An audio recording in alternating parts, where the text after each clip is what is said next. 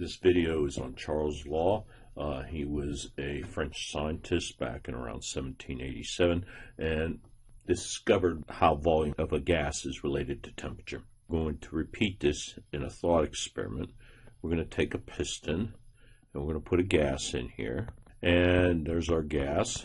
It's going to have a particular volume, and we'll call that V initial and T initial.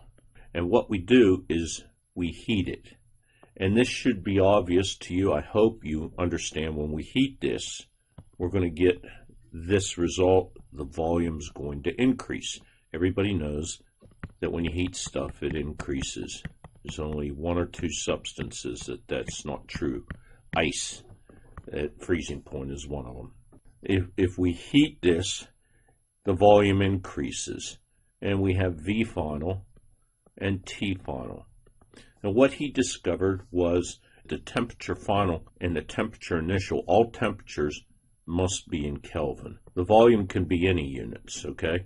And what you find out, although typically the volume is in liters, what you find out when you do this is that the volume is proportional to the temperature.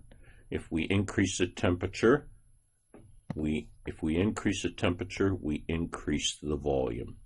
Okay, and so we can set that in equal, like before, to a proportionality constant. Volume equals some constant times temperature.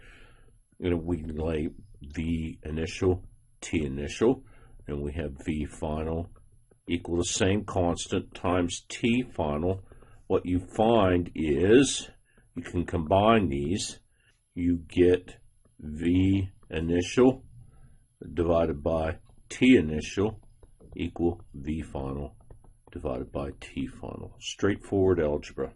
And people usually do this: V1 over T1 equal V2 over T2.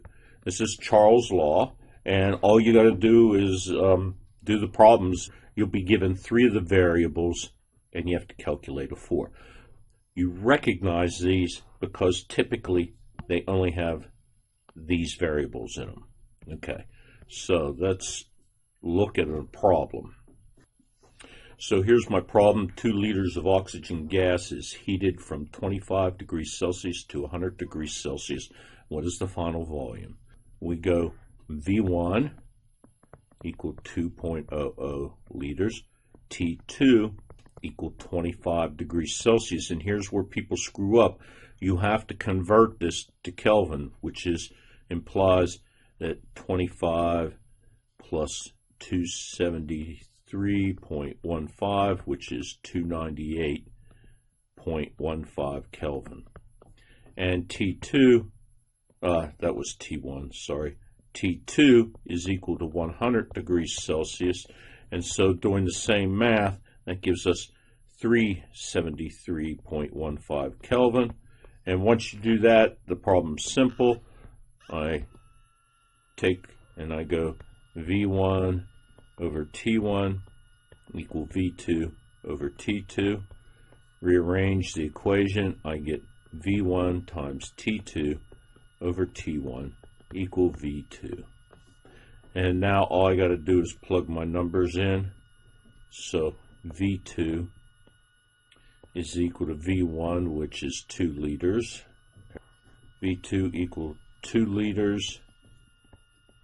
That's V1 times T2, which is 373.15 Kelvin, divided by 298.15 Kelvin. And you get your answer. My answer is 2.503 liters. Your biggest worry here, and the thing you have to do whenever we're dealing with gases, temperature must always be in Kelvin. If you do anything in Celsius, you're going to mess it up. Okay? You'll get the wrong answers. I won't give you anything in Fahrenheit, although homework problems may have those. But I will give you Celsius, and I do expect you to know that T Kelvin is equal to T Celsius plus 273.15. Okay? All right, that's it.